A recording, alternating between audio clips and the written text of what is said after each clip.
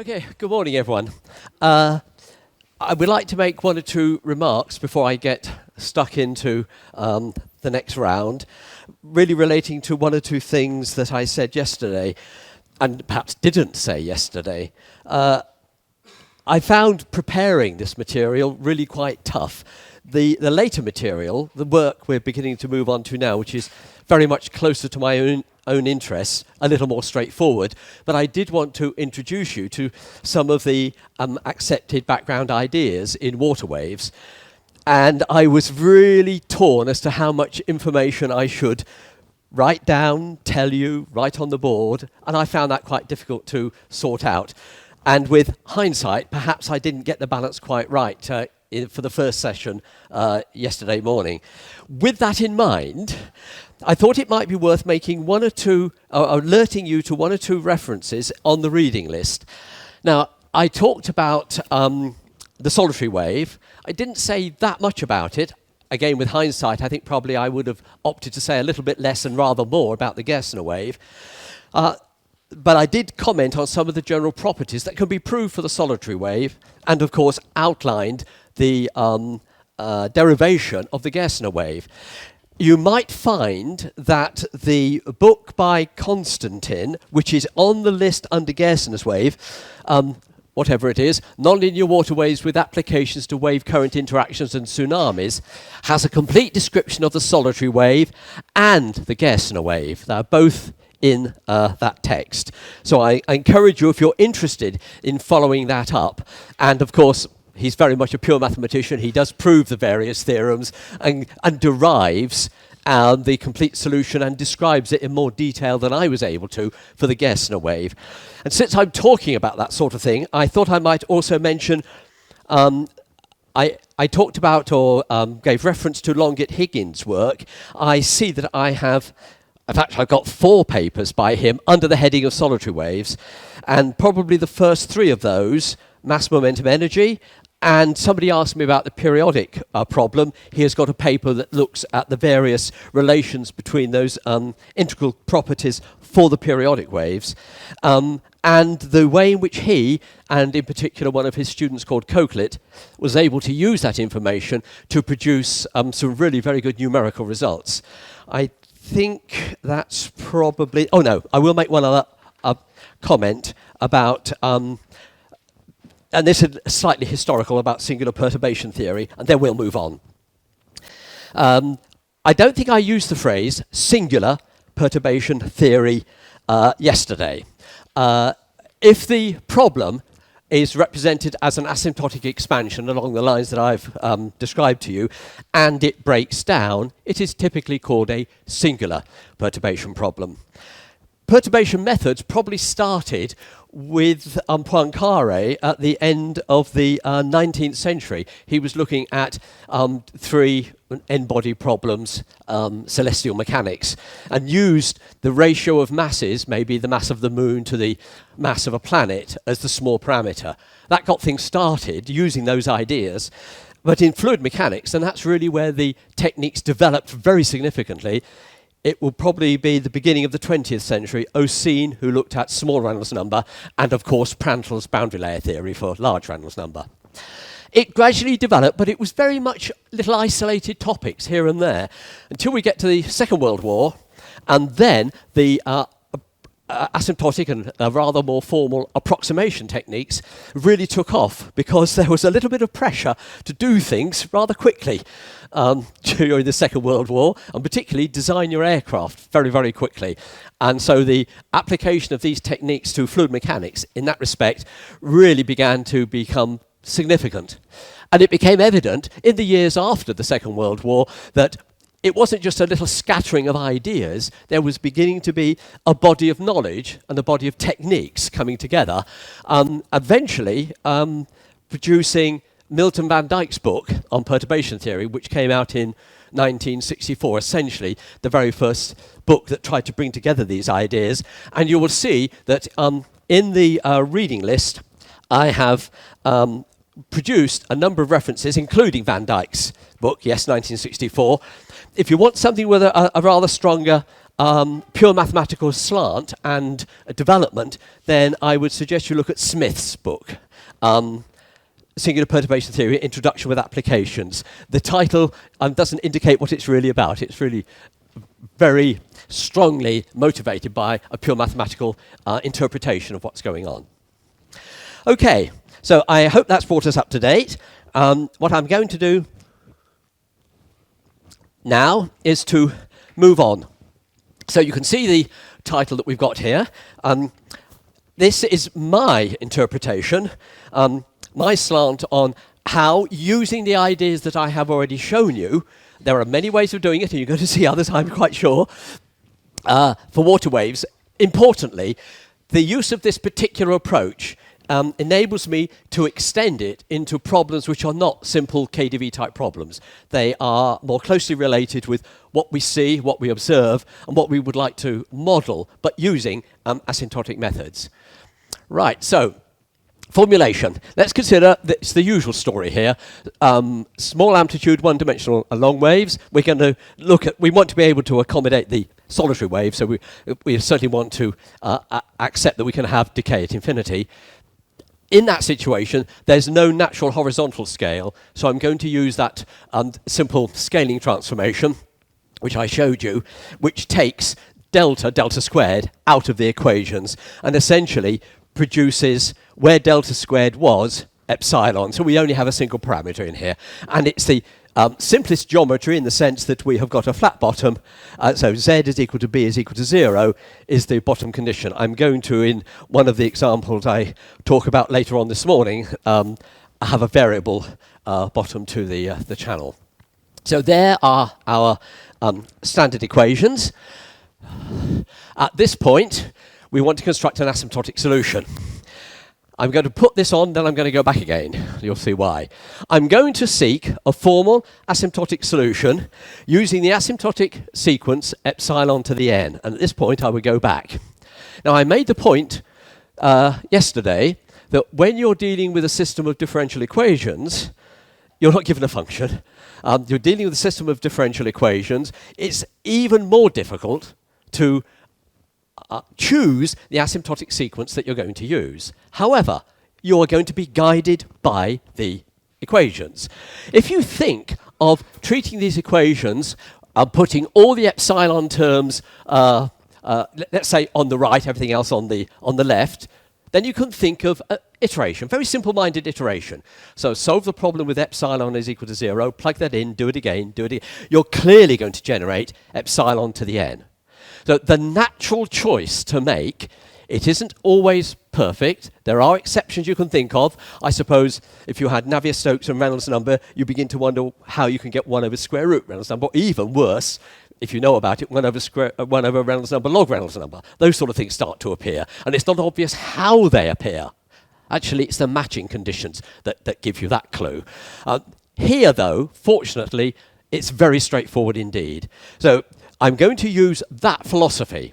Think of carrying out the iteration process, which will naturally generate the asymptotic sequence that I am now assuming is the form of solution. And it's essentially a matter of trying it. If you can get every term, at least in principle, you can get every term.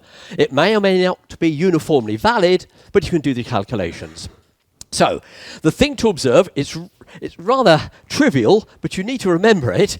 There is the only presence of epsilon. So these functions are strictly independent of epsilon.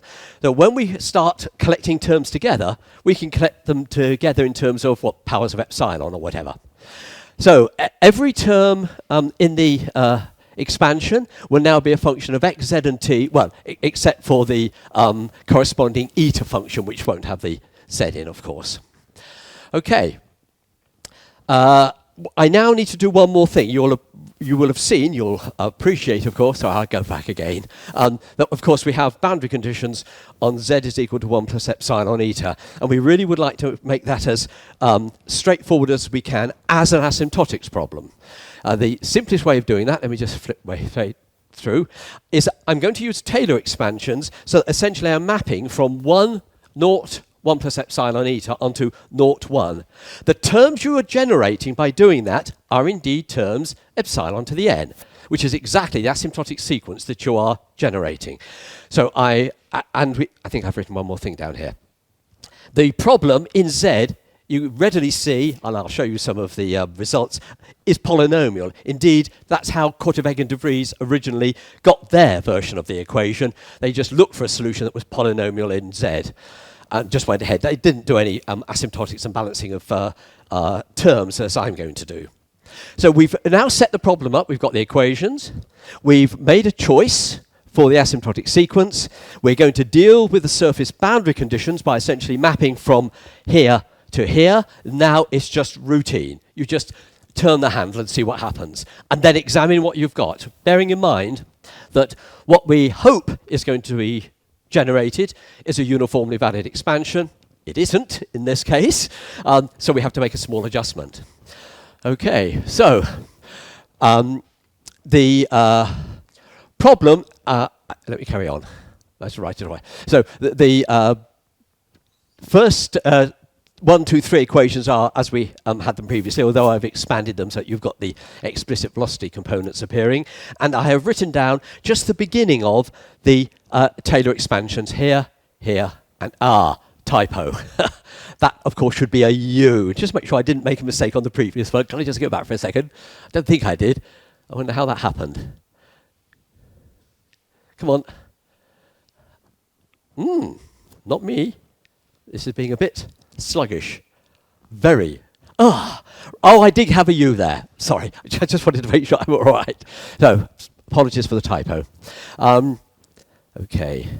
So, and clearly, if you were to continue this, as many terms as you require, you will just generate terms which are in the asymptotic sequence that we have chosen to use. We've now got the surface boundary conditions evaluated on Z is equal to 1. I've even made a comment there about the Taylor expansion. Okay, so off we go. And I'm going to do a bit of writing on the board. In fact, I'll do it straight away. This is absolutely, well, it's trivial. But I think because of the thinking behind it, it will be worth my while doing a little bit. Maybe not so much for the first term, but for the next. So this is quite straightforward. All I'm going to do is to extract the leading order. So I've got U0, subscripts denote partial derivatives, equal to minus P naught x. What have we got then? You can see that the vertical momentum equation gives us P naught z is equal to 0, which tells you there will be no dispersion at leading order. U0 x plus W0 z is equal to 0. Now, what have we got for the boundary conditions? We've got that P0 is equal to eta naught and W0 is equal to eta naught t. Is that right? That's right. On z is equal to 1. And W0 is equal to 0 on the bottom. So very straightforward indeed. You see immediately it doesn't depend upon z, therefore P0 is identically equal to eta naught. In other words, it's that function on 0, 1, so I can get rid of that. This now gives me U0 t is equal to minus eta naught x, and this one, this tells you there's not a function of z, so I can integrate this up. W0 is equal to minus z, satisfying the bottom boundary condition, U0 x. Now impose the surface condition, so eta naught t is equal to, on z is 1, U0 x. And eliminate U0 between these two, x derivative, t derivative, and of course we get the wave equation. Absolutely routine. Now I've got to do more work for you. When I was writing this out originally, I thought, I could just say in a couple of lines, words, that this is the structure and it's obvious. I don't think perhaps it is quite so obvious. So I will now do a little bit more work and a little bit more slowly and carefully at this stage. So I'm going to go back to get to the... Okay, so now let me write down the order epsilon problem. When we've got the information as far as we've taken it, as written on the screen, it's trivial. So now I'm going to extract the order epsilon problem, so you can imagine that every one of these functions is Q0 plus epsilon Q1, etc. We've already written down the balance for the leading order. At the next order, and I'll write it a little more slowly and carefully, I get U1t, right, plus U0, U0x, W0, U0z is equal to minus P1x. Now you'll see that I've got a z derivative on P appearing, and that tells us we're going to have some dispersive element, and clearly we've already got nonlinear elements appearing here. So now I have W0t is equal to minus P1z, mass conservation just gives us U1x plus W1z is equal to 0. The boundary conditions, now they read P1 plus eta naught P naught Z. Some of these terms are 0 from what we've already done, but I'll write them down all the same at this stage, is equal to eta 1. And W1 plus eta naught W naught Z is equal to eta 1t, and I'll make my correction here, plus u naught eta naught x. So these two are on z is equal to 1. Clearly the bottom condition is unchanged in the sense that w1 is 0 on z is equal to 0.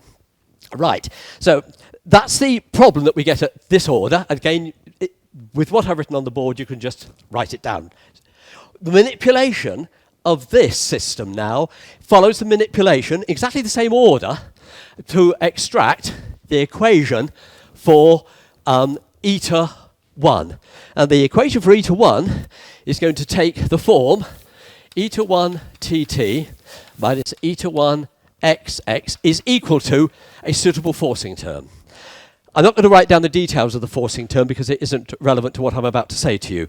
But at this stage, we need to be clear about the nature of the problem we're looking at.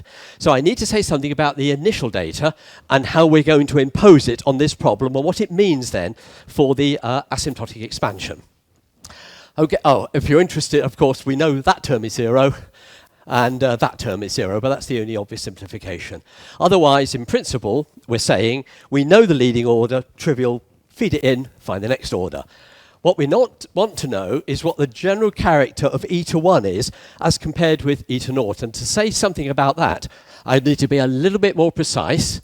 Well, I haven't said much, have I? About the initial data. So everybody happy? I'll rub this off. Right. So I am going to restrict myself to waves traveling in only one direction. So there are at least two ways of thinking about this. One is to say, right, here is my xt. Let me put the data on compact support. So let's say here it is, somewhere here. In which case, as that information propagates, you will have both a forward propagation, something like this, and a backwards propagation. I'll adjust the axis so that they happen to cross just there. There is then a time, this time here, which, by the way, in this scheme, is order 1. In terms of measuring time relative to the scaling epsilon, it's order 1, okay? There is then an order 1 time, beyond which, of course, you've got either a right-running wave or a left-running wave. I'm going to devote my attention to waves propagating in only one direction. So I'm essentially going to say, let's just look at this branch.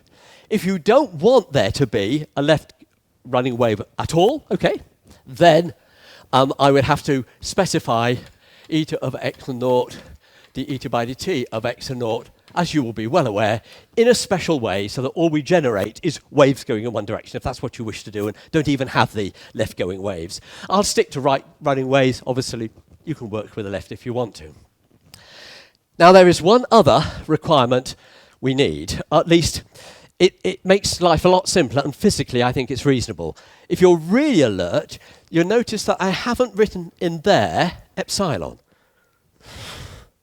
Now, My philosophy is this. The epsilon is something which is generated by the governing equations. It isn't natural to use the epsilon as in the specification of the initial data. Of course you could. Indeed, life can get very interesting.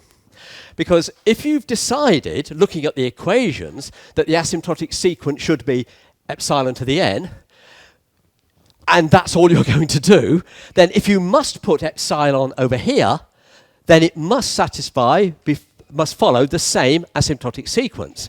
But of course you might say, hey, I can specify that initial data any way I like. I can shove epsilon in here, if that's the route I wish to take, in any fashion whatsoever, which may not follow that asymptotic sequence. Indeed, that may force a completely different asymptotic sequence. And that does happen in some problems, and life gets complicated. You know, I could put in, what, dependence on root epsilon, let's say. Okay, not epsilon, root epsilon. That doesn't appear here naturally. But I must then seek a solution, an asymptotic solution, using an asymptotic sequence which has got in it those additional terms. Okay, so what does that mean? It means if we don't allow epsilon in there, the data, whether it's on compact support or you want something rather special to have only right running waves, all of that data must be imposed on the function u0 of x and t. Because there is no epsilon here, the initial data on that has to be 0. Okay? So here, with all these choices, I must impose e to 1 of x and 0 is 0, and e to 1t of x and 0 is 0. That's the initial data that I'm going to use. Right, now, we've now reached the stage where we've said, one way or another, we're going to look at waves going only in one direction. We'll elect to use right-running waves. So for those, I'll introduce the local characteristic variable psi. All right, so we now have psi is x minus t. So that means the functions that were the forcing terms that would generate the forcing term here will be only functions of psi. So what will end up here is just a forcing, which I'll write just for the moment in the form of f of psi, which comes from the dispersive terms, the nonlinear terms, everything that contributes from the order 1 problem. I'm not going to write the details out. That is quite routine, of course. What I will do, though, is to observe that if I write this problem in this particular form, I'll try and write it a little more neatly this time. Let me choose to write it. I'm deliberately electing, because it's easier to write the final result, as the second derivative of some function f, which, importantly, is only a function of psi. If you then just integrate that equation up and impose, here we are, the 0 initial data, very straightforwardly, you will get this. E to 1 is equal to minus 1/2 t. That's what the whole story is about. T appears. F primed of psi plus 1/4. And I don't know whether you regard this as a surprise or not. There's a very small bit of wave to satisfy the data I've just put on, which goes in the opposite direction. I'll call that zeta. I think it's minus f of psi, yes. Where zeta is x plus t. So at the next order, we do indeed necessarily generate a very small wave that's going in the opposite direction to satisfy the particular choice of initial data that I've imposed. Okay, I'll pause there for a second just to see if that prompts any questions before I proceed.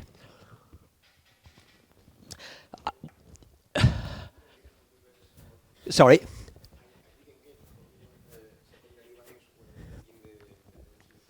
Yes, you're talking about the existence of solutions in terms of the initial data. I'm going to come to that in a moment. That's okay, right.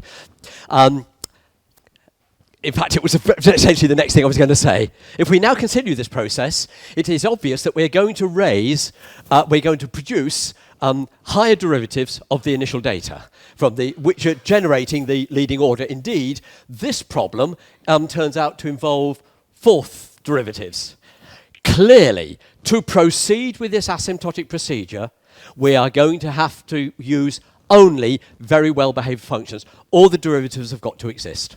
Full stop. They've got to exist. If you have a situation where a derivative fails, then you have a different type of non-uniformity. Something has got steep somewhere. Some derivative is becoming singular. We cannot proceed in that situation. So we are asking that we have very well-behaved, very smooth C infinity functions here. Okay?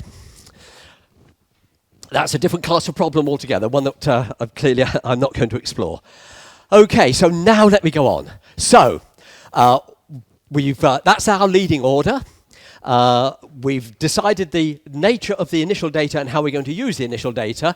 So now we get a solution, and this is just to represent all the junk, which it's, oh, I've actually written down there, it's got to be C4, all the junk that is hidden in here.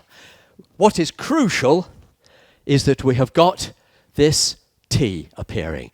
It's a bit tiresome to get there, I know, a bit of a mouthful, but I think it's important that you see the philosophy, what's going on, and this is absolutely typical of these type of problems, treated in this fashion.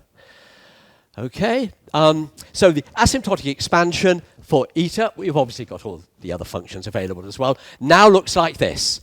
And we're looking for a solution, ultimately, in t greater than or equal to 0. We would like to let t go to infinity, of course. That's ultimately what we want. We want to have this solution on naught infinity so far as time is concerned. And from what I showed you yesterday, you are now well aware that we have a very, very simple-minded non-uniformity here. As t increases, this term, unless you have unbelievably simple, like a flat surface, this thing is not going to be 0. So, but otherwise it's perfectly well behaved. We're saying that there will be no non-uniformities generated by these functions because of some weird initial data. We're making that as well behaved as we want it to be. T increases when epsilon t becomes order 1. This asymptotic expansion has failed. We cannot proceed with this approximation. This is normally referred to as the solution in the near field, in the neighborhood of t is equal to 0. For larger times, and we know what we mean in this context by larger times, we mean when t is order epsilon to the minus 1. We then have to do something different. Okay? So, here we are. It's just essentially what I've said. Oh, I've even written down here that near field, and we are assuming that we have sufficiently smooth initial data, so that the only problem with this very simple asymptotic expansion is that t. Okay, so we now redefine the problem. And of course, if you have any feeling for this sort of problem, you don't do anything that I've just gone through. You just don't do it. You look at the equations, you see where the epsilon is, you see immediately that you're on the wrong time scale, so you start there rather than start where I have done here. But I'm trying to show you what the philosophy is. And in more complicated problems, you may have to go through this process because it may not be obvious what the scalings should be. Okay, so now we've already elected to look at right-running waves. So I've introduced my psi, x minus t. I've now got a new time scale. It's the far-field time scale. So essentially what I have done is to say, right, here's my xt plane. I've got waves running out here. I've got a solution valid round about here. That's the near field. And now I've got a solution out here. I hope that I can let it go out to infinity that way once I've got the solution valid in this far-field region. So now it's a very simple routine bit of manipulation. Just take the x and t derivatives. Z is not affected here, of course, to torque psi derivatives. So transform to far-field coordinates. This is, again, it is essentially exactly the same problem, except that, of course, epsilon appears in slightly different places now by virtue of the time derivative. So there we are. And we're now essentially moving at the linear wave speed and then looking at what happens relative to moving at that speed. So we can begin to extract fine detail relative to that motion. And that'll give us both time dependence, and because of the form that you saw in outline anyway, the higher derivatives appearing, that'll also generate the dispersive term, we hope. Okay, so that's the same formulation that we had, except for this. I can see the typos here as well. Sorry, that should be a U. Yeah, oh, you can see what happened. I got blase, eta, and then, yes. Oh yeah, okay. It's because I've chosen to look at waves running only to the right. Okay, that's my choice. You could look to the left, and if you want to do a really complicated problem, this is not the natural way to approach it. You have to do more work. You could have both of them. But I've elected to follow just one wave, and it's going to be the one going to the right. So I'm looking for a solution, even though there may be small elements moving in the other direction at lower order, as you saw happening over here. The leading order description is of a right-running wave, okay? So it's a choice we've made.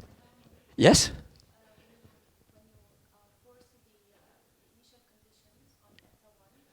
Yes.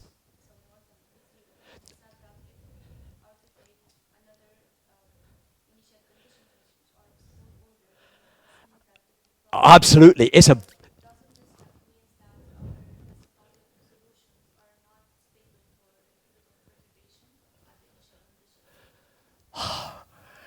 Are they stable? I think they're stable. They're different.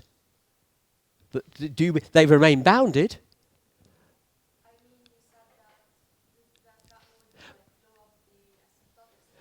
No, it won't blow. No, oh, I see. That's the initial data I was talking about. Yeah. Oh, yes. If you have initial data which is not C infinity, then it will blow up, but it will blow up in the neighborhood of a point.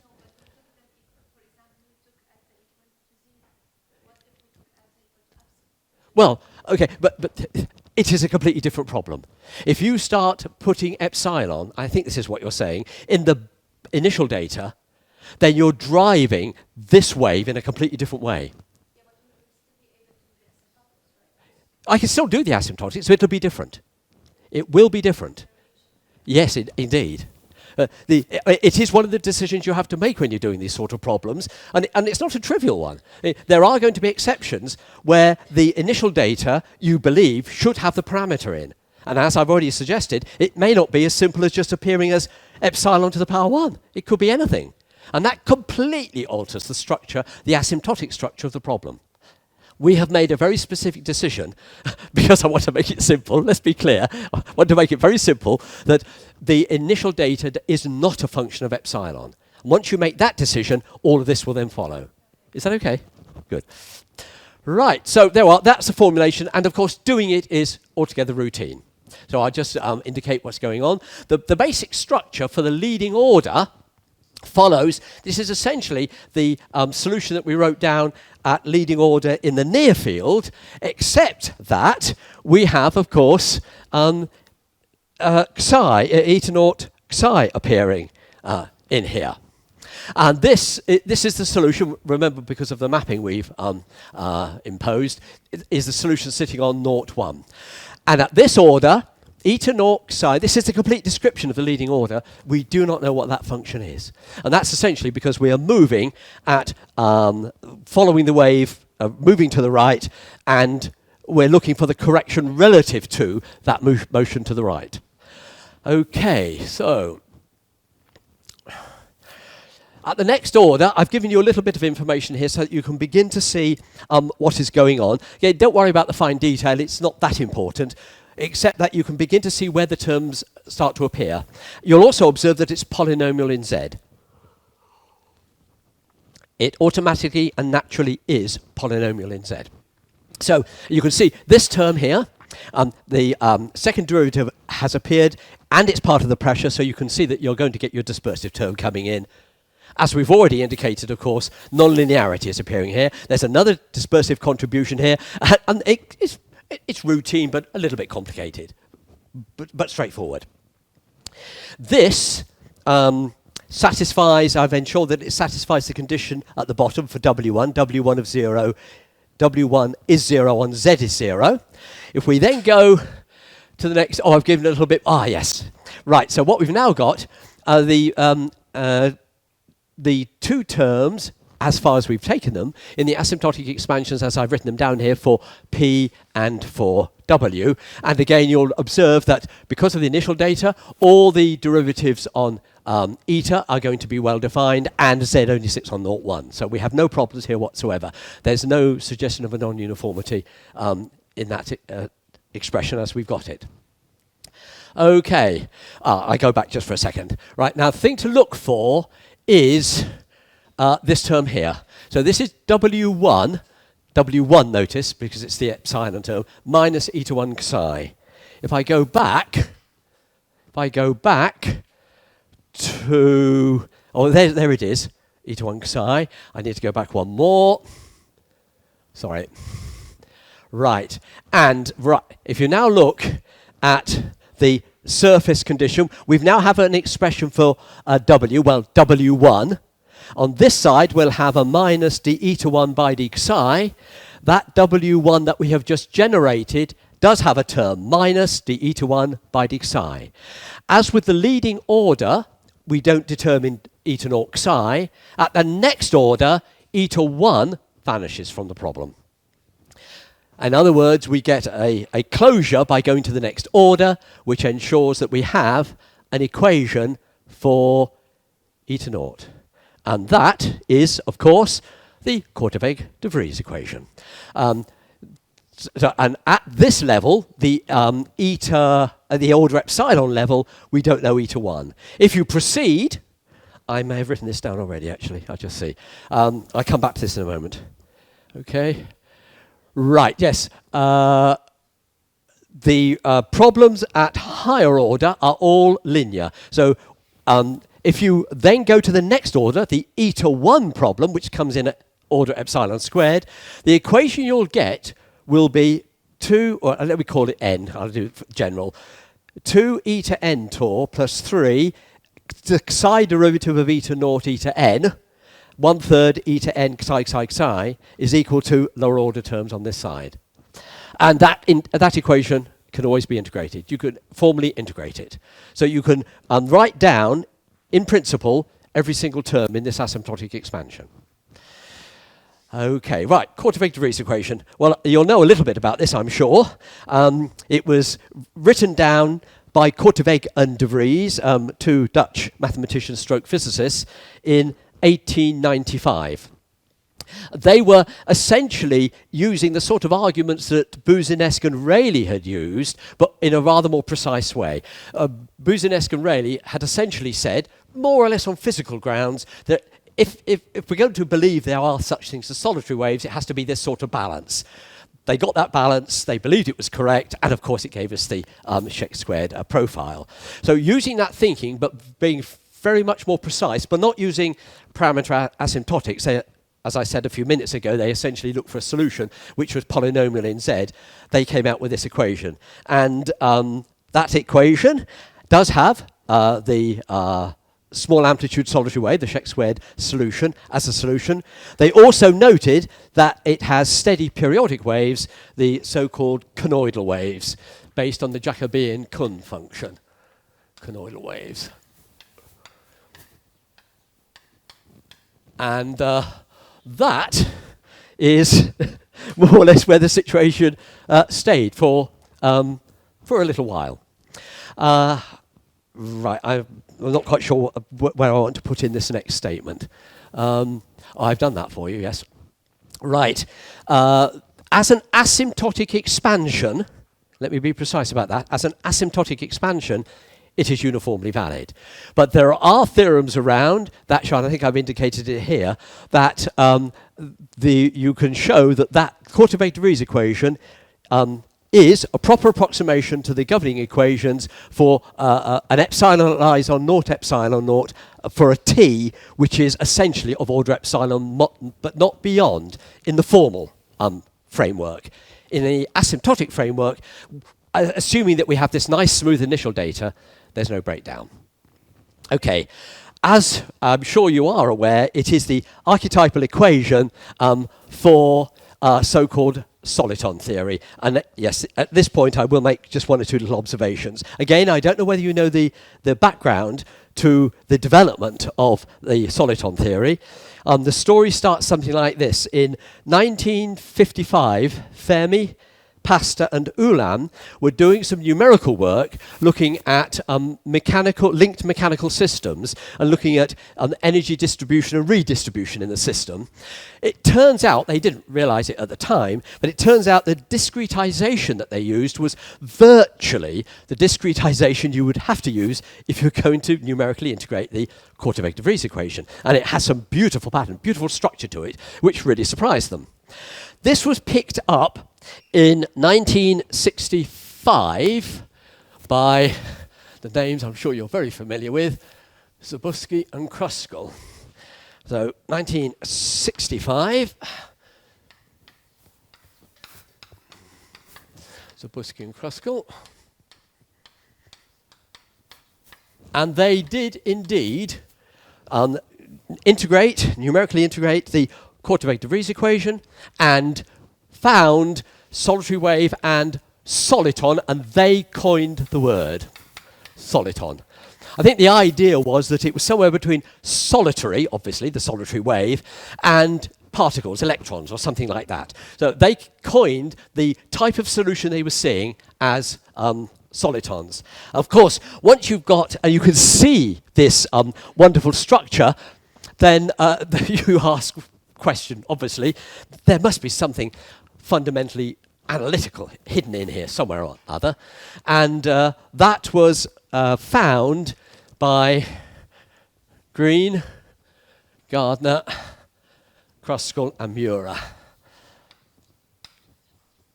Green, Gardner, Kruskal, and Muir, who I've met him a couple of times, Robert Muir. He was a student at the time. And that was in 1967. 1967 was when I started my PhD. And a member of staff, where I was, had gone to America and came back late 67, early 68, something like that, having attended a lecture by Robert Muir. Virtually the first time all this stuff was made public.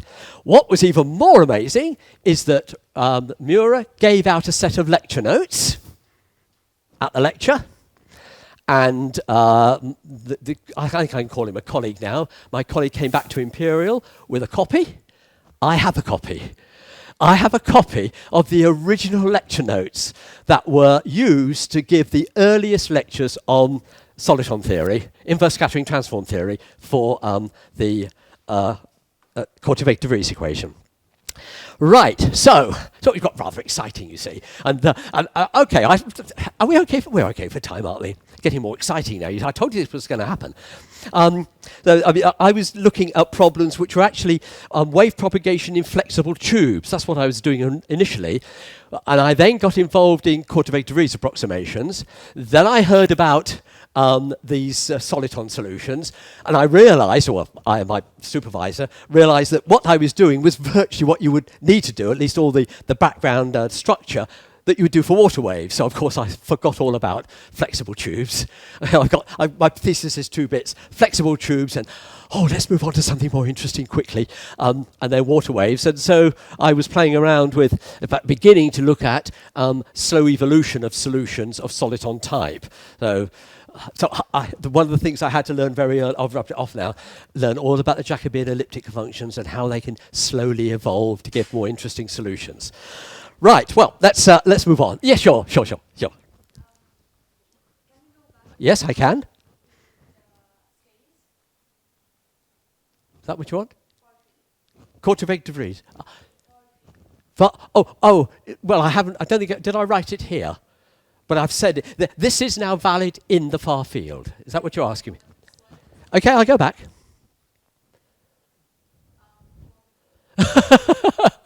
Sorry, I don't know what it is you're looking. Okay, right.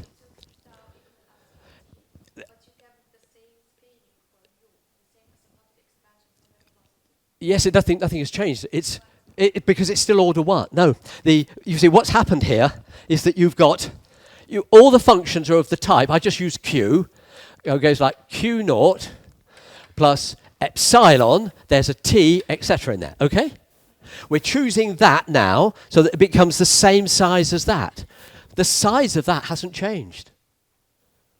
So if they were originally, under the original formulation of the problem, order 1, that's still order 1. The sizes of u, w, eta are the same. This has become the same size as that. The size of that has not changed at all. In some problems, it could.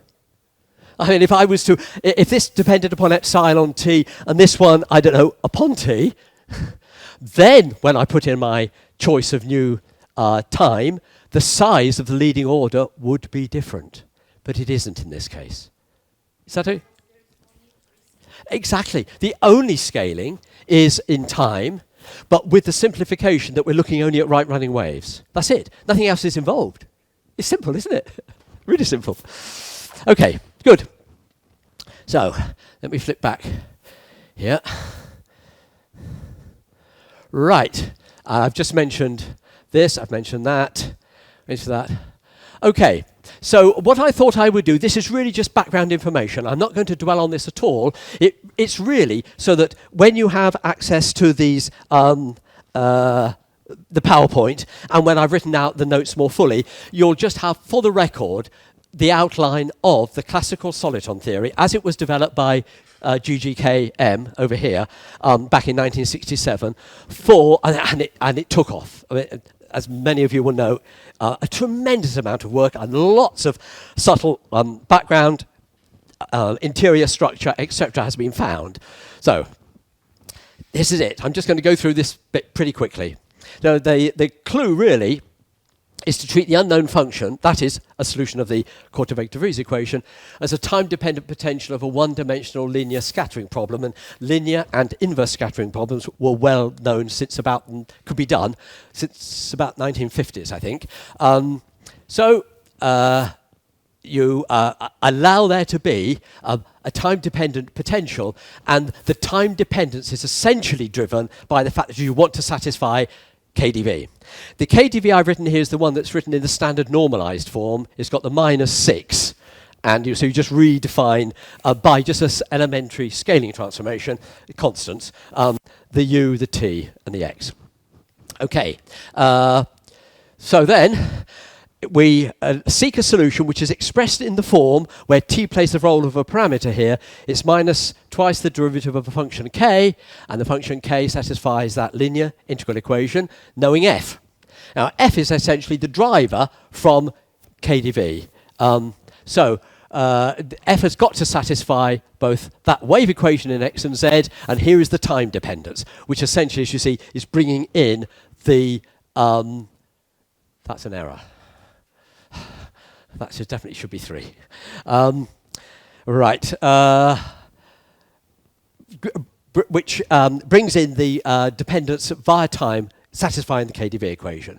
You don't want the solution which is x minus z from that, because you're evaluating x is equal to z, so the solution you want is x plus z.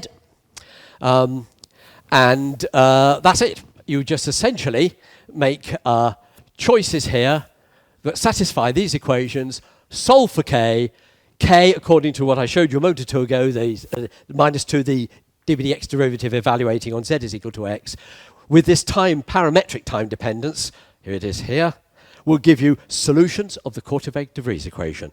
And that was the way in which the soliton solutions were generated. So that will give you the solitary wave solution, I would call it the Scheck squared solution, and if you make that choice, so it's now a linear combination of two similar exponentials with different wave numbers. That will give you the two soliton solution, and so the story goes on. So really an amazing piece of work. I'm trying to remember exactly what was said. Yes, it was a very early British Theoretical Mechanics Colloquium meeting, which we have every Easter in the UK, and one of the premier applied mathematicians, I know him, I'm not going to give you his name, at one of these very early meetings, there was a presentation which just outlined Korteweg-de Vries, and he just stood up and said, well, it's interesting and it's useful, but it's a complete waste of time, you know. You'll never ever find another equation like it. You'll never ever solve another equation like this. Well, many of you will know what happened after that. I think he just kept a low profile after that. Right, so yes, time is catching up. The next section will be a little bit shorter, so I'm going to go very briefly through, this will bring us up to about 10 o'clock, other soliton equations. So this is beginning to hint at what this senior mathematician didn't really appreciate, and that's just in water wave theory. They're all over the place. So other soliton equations that can be generated using different but similar asymptotic methods. So you've got to make choices of coordinates and scalings, etc., etc. Right, so there's the two-dimensional or Kadovsev-Petriashvili equation, which you'll notice has got the KdV operator sitting in there, but has also got a y dependence. This will describe, if you go back to the physical variables, it essentially describes waves that are crossing, but the angle between them is relatively small. So they're nearly parallel. And that is a soliton equation. One can solve that using inverse scattering transform theory. We can also do the same with cylindrical waves. This is also, notice it's written in psi and r rather than t. It's more natural to use the r variable in cylindrical coordinates and the local characteristic variable. So you've got a wave which is measured by psi and it's moving outwards, and the distance out is measured by the r. That is also a soliton equation. Okay, what about, the Boussinesq equation, right? This equation, although you have to make an adjustment to what you mean by the function that is the solution, it isn't, as in these two, the surface profile. This time, it's eta minus epsilon eta squared. When you make that transformation, then you get the Boussinesq equation. That one allows you, one aside, we're talking about waves going in one direction, essentially. You can either have them going to the left or to the right in this scheme of things. This equation allows you head-on collisions. So it allows you to have nonlinear soliton-type interactions with waves traveling in opposite directions. Okay, what have I got next? Oh, yes. There are equations that are close to being KdV. This one is, I think I derived that one. This is the nearly concentric equation. In other words, it uses the philosophy of 2D KdV, but in spherical coordinates. So you get this extra term in. If you have appropriate choice, sufficiently well behaved, I think decay very rapidly is not something, other people got involved in that equation once I'd got it, and I didn't follow it up. Maybe I should have done. That can be mapped into the 2D KdV equation, not surprisingly. But there are other solutions other than the solutions you'll generate that way. Where's another one? Now this is an intriguing one. This is a Boussinesq equation, but it's made two-dimensional. Now, this has got some intriguing properties because it turns out that it doesn't satisfy the criteria laid down by Heiterinter, if you'll follow it up if you're interested, beyond a certain stage. So what happens is that this one has got a solitary wave solution. It's got a completely general two-soliton solution, but after that, the three-soliton solution is not general. You get a relationship between the amplitudes. Right. And of course, there is the whole nonlinear Schrödinger family, which developed in a rather different way. You've got to look at the amplitude modulation of a wave packet. But the underlying principles, as I would see them, are the same. You can do the appropriate asymptotic procedure, go into suitable scales, far fields, etc., then you'll get the nonlinear Schrödinger equation, and that's the beginning of a family. I'm not going to write down the rest of those. And there's a little more recently, the Kamaser-Holm family. Now, in fact, this is where I'm about to finish. I really feel that you ought to know that I am a little bit involved in these things. I'm not just standing on the periphery. Adrian Constantine, who I've mentioned a couple of times, who I now work with regularly, I met him in about 2000, and he essentially came to me because he was doing quite a lot of the formal work, existence of solutions, and of the development of solutions from peculiar initial data on the Kamaser-Holm. And he was often giving talks. And he often got asked the question, yes, but where does it come from? what's its relevance? And he could never give a satisfactory answer.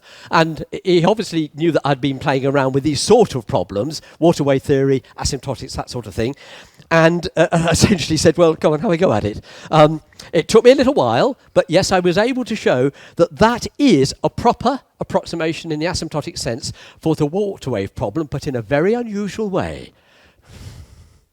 I'll do it in a minute or two. It turns out that this equation holds at a point, at a level below the surface. In other words, it is the u component at a certain level that satisfies that equation. It's not the surface. You then have to go through the mappings, and of course it affects it in a complicated way. It is not a soliton problem on the surface. It's this very fancy, very new-looking soliton problem, but at a specified level, and you can work out what the level has got to be. And if you have how far do I go? If you have this is just uniform flow. If you have a shear flow, then it gets even more complicated, but it does work. Even if you have a velocity profile below the surface, then there is a level at which this equation will apply. And then, of course, the process of getting to the surface is that much more complicated, but it can be done. Oh yes, obviously. In a sense, I've implied that with all that I've done.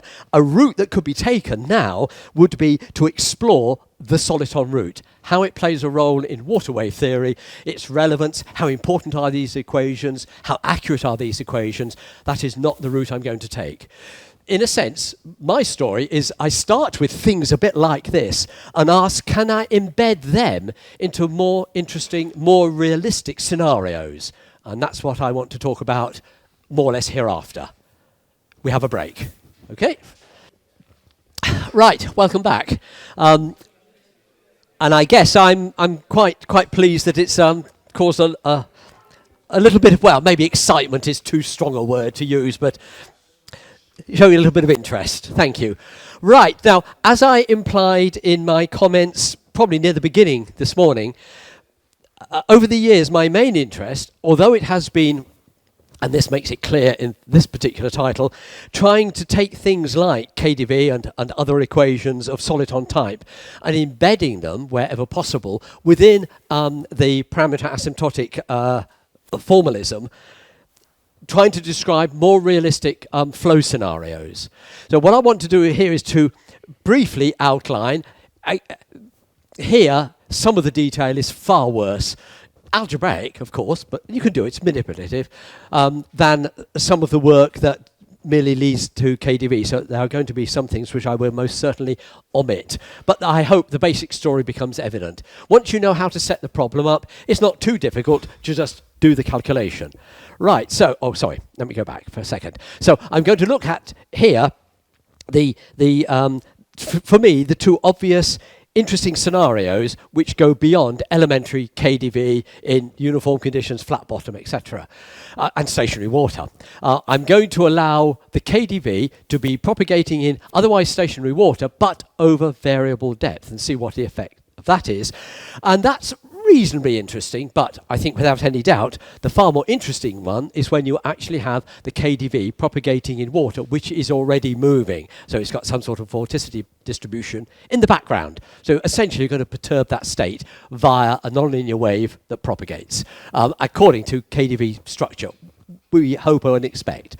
So here we are. I think that's more or less what I've just said. We're going to examine two cases. So first of all, let's have a look at the variable depth problem. So certainly in some areas, it might be, if you want to think of these one-dimensional waves running into a shore, or you're looking at river flows where there's quite a significant variation in depth, then they may play a suitable role. But as I've just implied, I think, although this is mathematically fairly interesting, it's putting it in the physical context of a moving water, which is far more reasonable, far more interesting. So,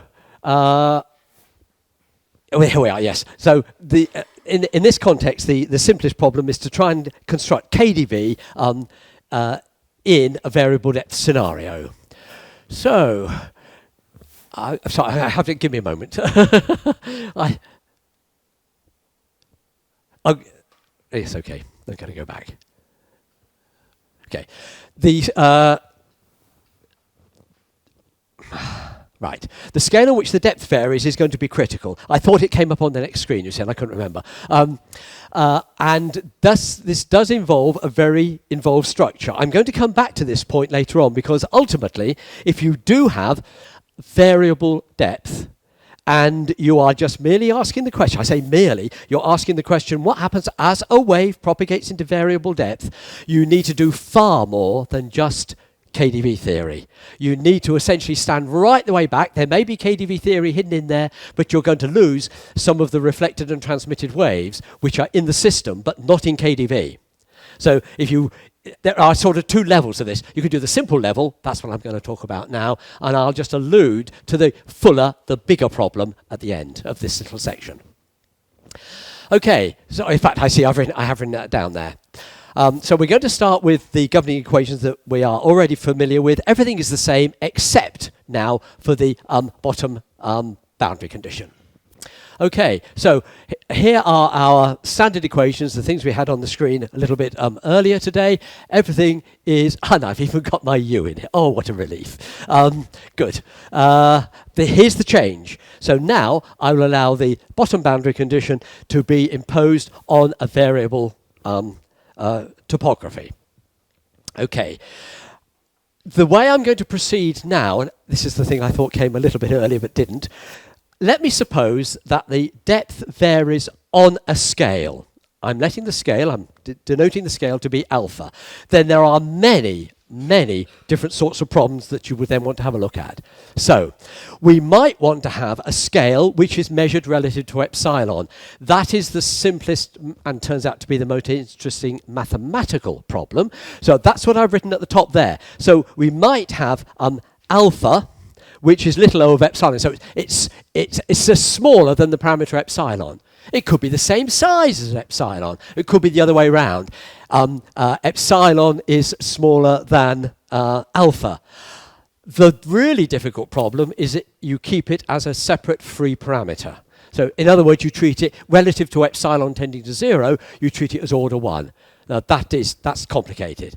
That's really the full problem, and you can't realistically hope to get very far with it in terms of simple asymptotic expansions, and maybe, if that's in your mind, KdV theory.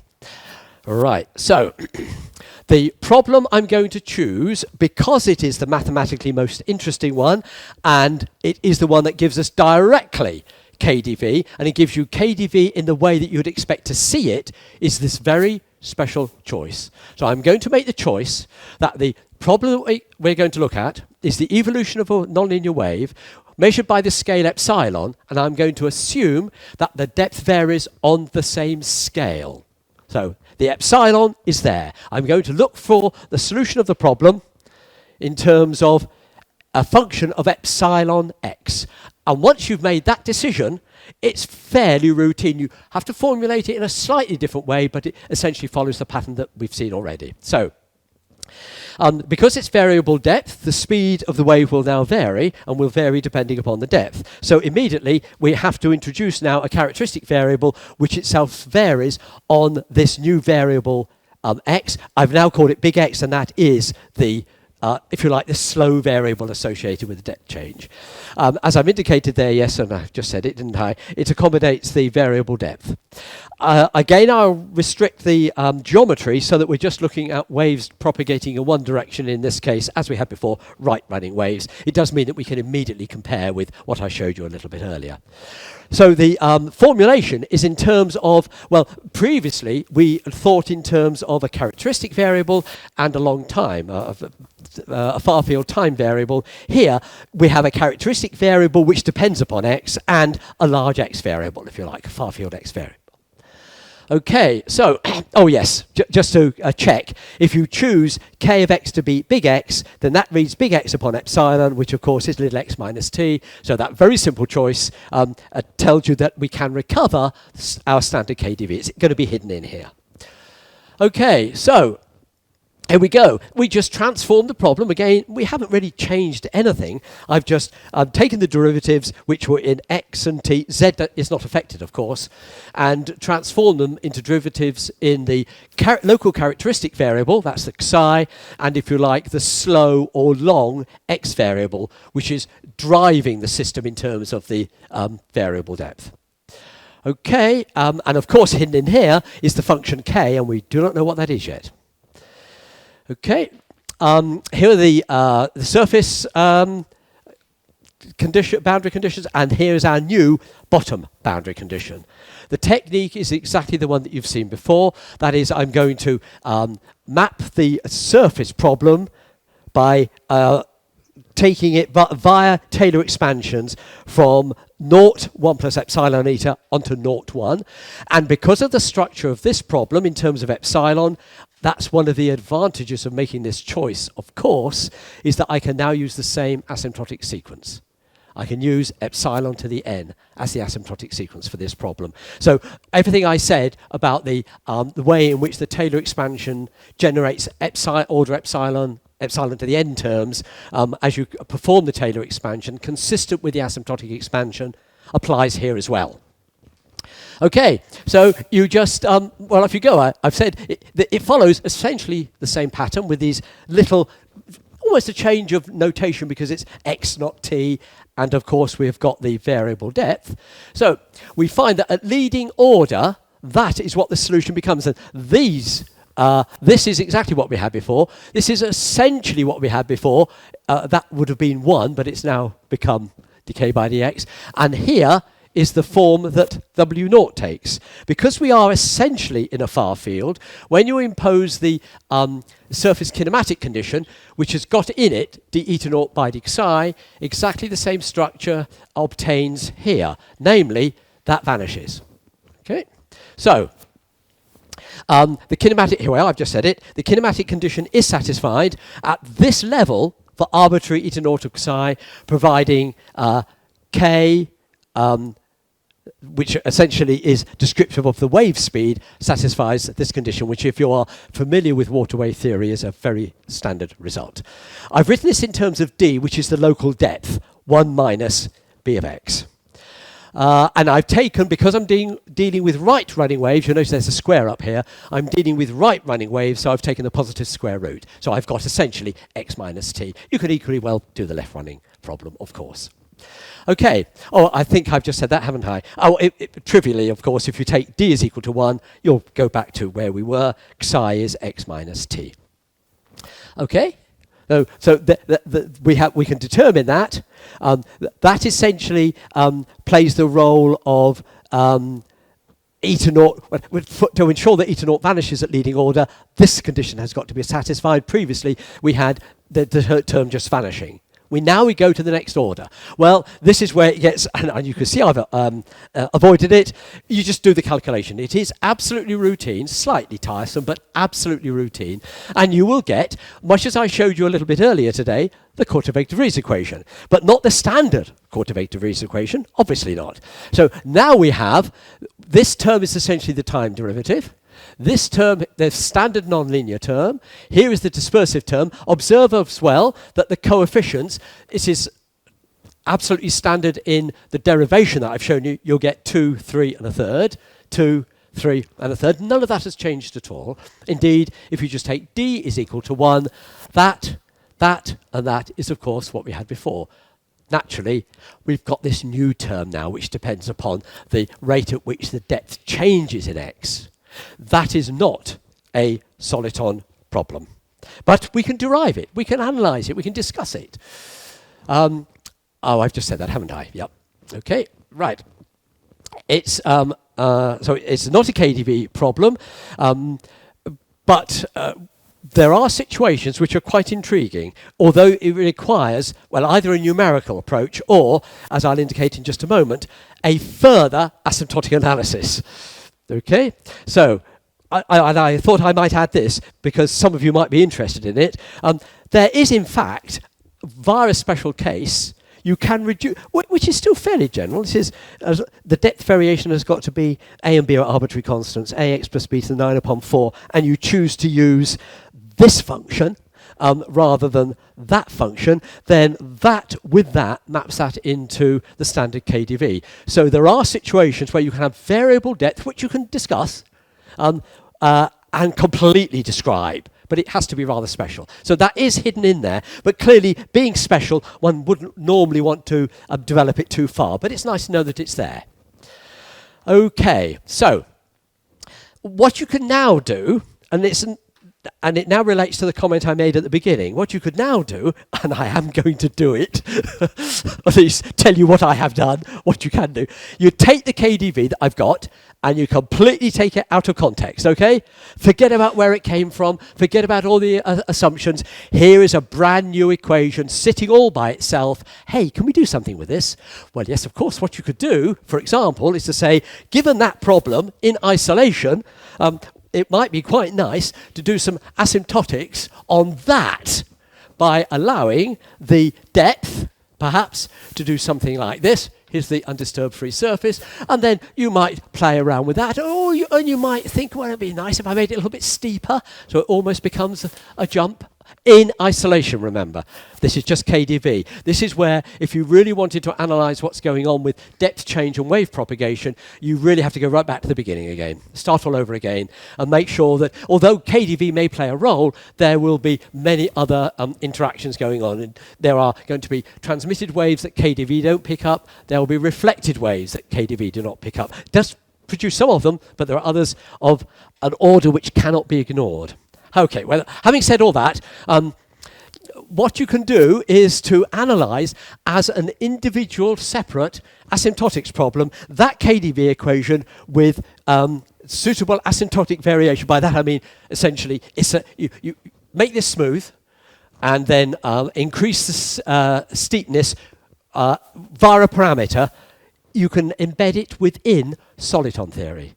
And I was really quite pleased when this came out, because it turns out that, remember, in our normalized system we've got a depth of 1. There are, if you like, eigendepths. In other words, if this thing drops to a depth given by this, notice that 4/9, by the way, it's related to the thing we had earlier, a half n plus 1, 2, 3, etc., then you get what is usually called soliton fission. So there we are. There's a sketch of the result of the solution via an asymptotic analysis of that special KdV equation. So this is the case when n is equal to 3. Here is an incoming solitary wave, and for this particular depth, with n is 3, that's this depth here, you will get a 3-soliton solution being generated as it runs over. This is the problem with this sort of calculation. It's interesting, it's beautiful in its own right, but do not for 1 minute think that this is properly descriptive of the problem of a step with a wave coming in. You've got to go right back to the beginning and start all over again. But as an exercise and giving you some idea of what's going to happen, yes, sure, you'd expect that in the water wave problem with small amplitude, from the original governing equations, that although you're going to see other elements, other transmission and most certainly reflection, you would expect to see probably predominantly something like solitons appearing. I mean, soliton solutions, well, no, 1, 2, 3, whatever, appearing in the problem. So there is one way of approaching the adjustment, the embedding of a KdV type problem into something which is a little bit more realistic. Okay, right, I'll pause there, just check if any questions come up. No? Yeah, sure. Oh, sorry, happens in that... oh, yes, there's been quite a lot of numerical work on the KdV equation. That's trivial. It's easily done. Oh, you mean the... Oh, yes, there has been. But there's also been quite a lot of asymptotic work, which is what interests me. And you can, at various orders, produce a KdV structure and additional transmitted and reflected waves. So, yes. And a lot of numerical work, yes. Yes, you do. Absolutely. Absolutely, yes. Yes. Yeah, sure.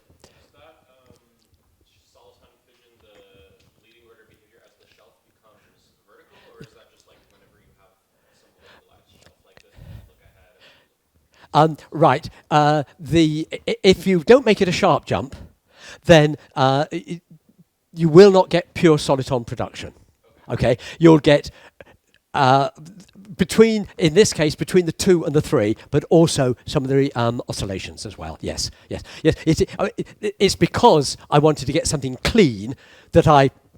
But this is like the leading order behavior as the shuffle. Absolutely right. Absolutely right. But Just taking the shuffle to be vertical and then like perpendicular. no, it's difficult to take it vertical because of the derivative of d in there. So I had to make it smooth and then take the limit. Yes. Yeah. That's the number of solitary waves after the shock, after the. Yeah. In Depends on the non-linearity parameter, on the amplitude of the incoming. Oh yes, of course it does. Yes. Yeah. No. Oh no, sorry. No, I've said that wrong. Well, it does, but that's not critical. What I do in this situation is set up a solitary wave which would continue unchanging in form over 1. Therefore, the soliton production in that case is only due to the depth production. You're describing something which is interesting and more complicated because you could have a Sheck squared function which is not a solitary wave. It starts to break down and then it hits the shelf. Oh. Solitary wave with another amplitude. You took the one in the example because the depth was equal to 1. Oh no, it could be, that could be any amplitude at all as long as it's a consistent Sheck squared. No. Let me go back. No, it's okay. No, I've got that. Here we are. Okay, this is the new depth. But the initial wave in this scenario is a pure solitary wave. It can be any amplitude, but it has to be a pure solitary wave. So it would, if there was no step, the solitary wave to the left would just continue to propagate, unchanging in form. Is that yes? Okay. Okay. Good. Right. Okay. So let me briefly look at this problem, which is technically more involved and leads us down many new paths, which I'm going to touch on over the next day or so. So this time, I'm going to put waves, KdV type problem, with vorticity. By that I mean that we're going to allow the flow in this one-dimensional scenario to be moving. So I've got, very simply, a channel like so, and there is water flowing with some sort of velocity profile prescribed. And in a sense, we're taking that as given, our leading order, and we perturb it using KdV type theory. It's usually called a shear flow. We call it a shear flow. There's, of course, no viscosity here, but typically we take as, if you want to model what happens, you're going to take a profile, which is the sort of thing you might expect to see, a parabolic profile or something like that, that would be typical of pretty steady motion down a river, for example. Okay, so that's the scenario we have here. We follow the same route that is implied by the previous calculation and guided by the one that we did earlier today.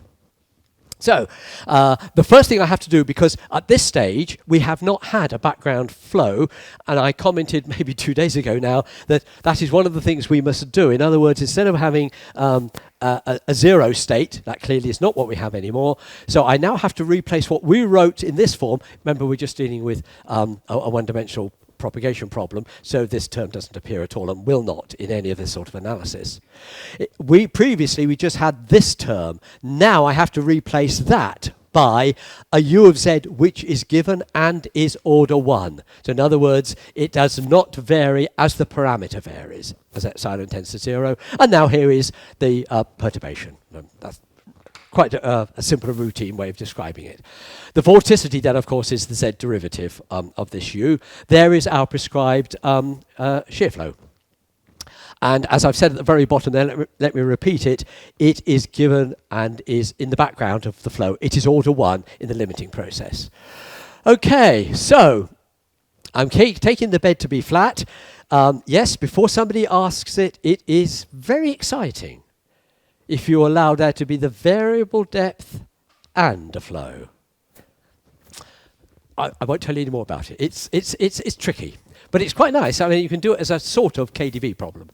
Right, so here we have the equations that you've seen before, but with that adjustment. So now u is replaced by a u plus epsilon. Well, epsilon u is replaced by u plus epsilon u. So we've got all these additional terms that you'll see scattered around here, including, of course, a contribution to the surface. The bottom condition is now very simple. So it is this scenario of a flat bottom. Okay, so off we go. You know the general scenario that we're describing here. There are certainly steadily propagating waves. So the c here is a constant. Compare it with a variable depth problem. That's why this gets complicated if you do put variable depth in this scenario. And we use our long time variable. We now know what to do. So we don't have to go through all that rigmarole that I did earlier today. We know that there ought to be representation in terms of an x, in this case x minus ct, and some appropriate far-field time variable.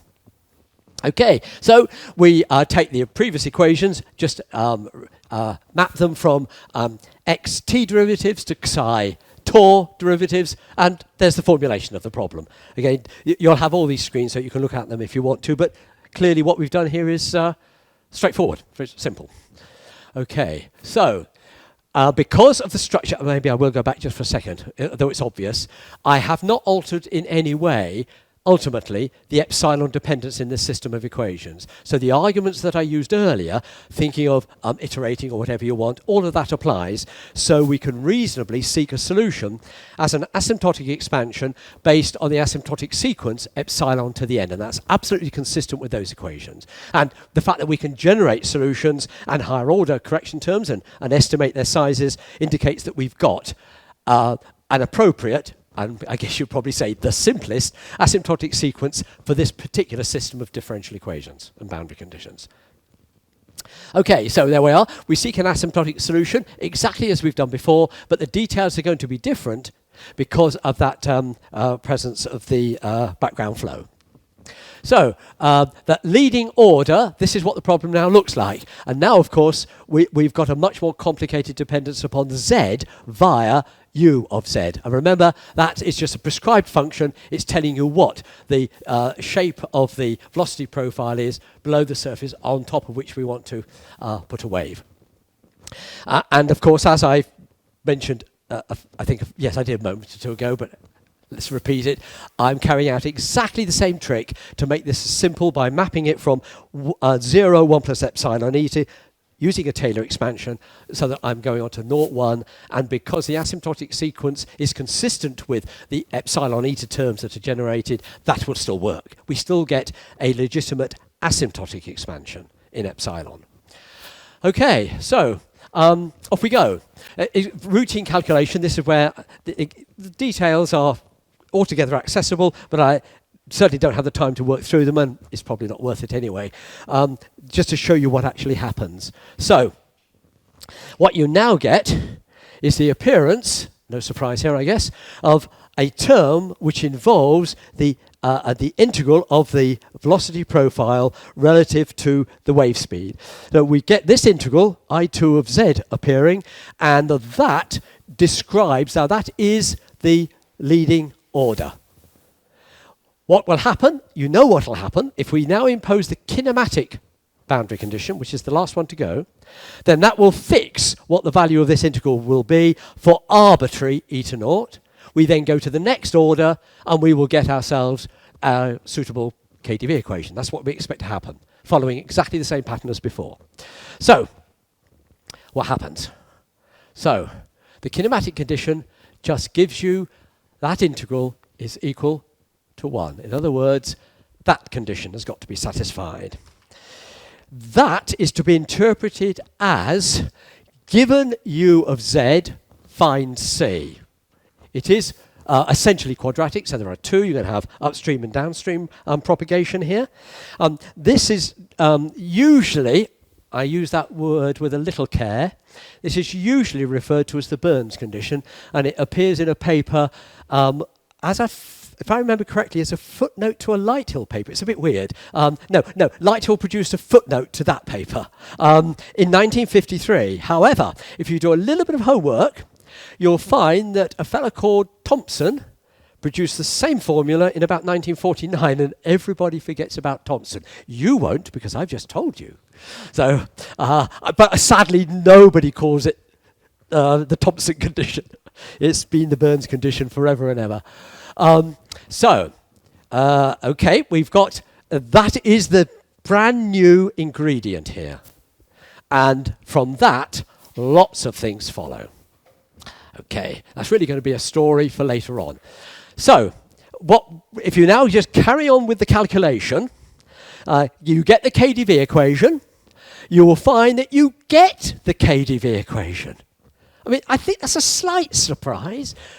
You've got this, it could be any sort of flow you like down here. It could be really complicated, very physical, maybe very non-physical. Well, providing this condition's okay, I'm going to come back to that in a moment. But yet you just simply get the KdV equation with coefficients, which are all constants. They're just determined in terms of all these various integrals. This particular result, well, the case of a solitary wave, a Sheck-squared function, over a general shear flow was done by Brooke Benjamin. And a very short time later, my supervisor and I, and I said we were playing around with KdV sort of problems, suddenly we just asked ourselves, is it possible to do it more generally? Not just the Sheck-squared, can you get the KdV equation? And I love this. I hope you love this.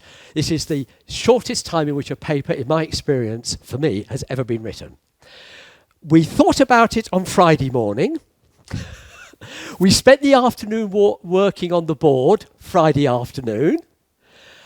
I checked all the calculations over the weekend. My supervisor started to draft the paper, and by about Tuesday, we'd written it. It really was. But once you know what you're doing, and I had lots of experience with this sort of thing, I knew what to do. Of course, we appreciated very quickly that there are going to be some interesting phenomena associated with this condition. And what about the possibility of the wave speed being the same as the speed of the flow somewhere below? Okay, well, let's go back to this. Yes, sure.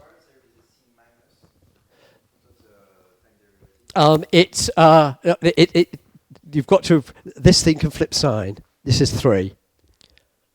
Okay, right, so the signs are correct. If you just go back, you see if you put in that 0, that's negative, cubed, positive. Okay. It's just the natural way of writing it because we opted for u minus c. If we'd written c minus u, okay, is that all right? Yes, that's the only reason that it's there. It was the natural way of writing it because the way we were thinking about it, we had this formalism.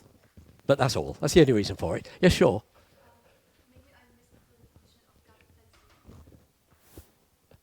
No, these are in down here. No, this is just a dummy variable. No, z. This is a triple integral. Okay, it's z, zeta, and then little z. They're just labels for the. Oh well, I'll get there in a moment. Give me a moment. I'm nearly there. Right, so we've got this equation, and I think that for me anyway, I was slightly surprised because I expected that the physical structure here would be such that you would get some sort of significant distortion of what was happening on the surface. Indeed, you wouldn't even get KdV. I have to admit that when we first looked at the problem, although we had Brooke Benjamin's result, which indicated that maybe it was going to work, it was going to be okay, because the Sheck-squared certainly was available in that situation, it was still a slight surprise. Now what's really good about this, I think, is that it means that you will see solitary waves in very unusual... You just have a river. It doesn't matter what the flow is like below, you can generate solitary waves. You can get solitons. It says nothing about what happens below the surface. So we've got ourselves then a KdV equation. It's got constant coefficients given u of z, and providing this special case is avoided, I'm going to come back to that in a moment or two, it's routine. You can do the calculations. Okay, well, here we are, I've said it. This is in the absence of critical layers. A critical layer is what I was just hinting at, and all of this formulation, of course, collapses. It is where C is equal to a value of U at a level below the surface, in which case you can go through this calculation, but you have to do it from above and from below and squeeze. And I'll come back. That's one of the issues I want to address. I guess it's probably tomorrow. When that does happen, when you do have this situation of a wave propagating on the surface at a speed which corresponds to a speed in the flow below the surface, you will get the famous cat's eyes. Kelvin's cat's eyes will appear. Okay, so I think this might answer your question, give you an idea of what's going on. So just as a little example, I'm going to take linear shear, so constant vorticity, just to choose U of Z to be equal to gamma Z. And just to see what happens, just to show you. The Burns condition can never, ever, in that situation, produce a critical level. So in other words, there's a solution which is faster than and slower than the top and the bottom, the end conditions. As I've said there, no critical layers, so trivial calculation, work out what C is, upstream and downstream, and then you can, of course, work out, having made that choice, you can work out C, you can work out all the coefficients, and here it is. This is the KdV that you would then get, where the C in here is either that or that.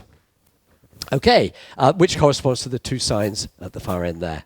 Okay, so let's just see what happens. Let's take a standard solitary wave and just observe what the effect is.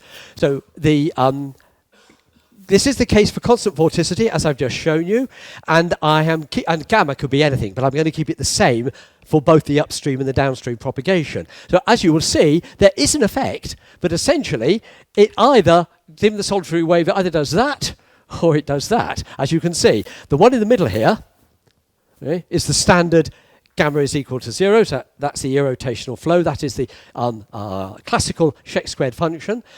If you're going upstream propagation, it broadens it. So this one is upstream propagation, this one is downstream propagation. But that is all you would see. You won't see anything else at all. You get pure solutions, Sheck squared solutions, and soliton solutions, of course.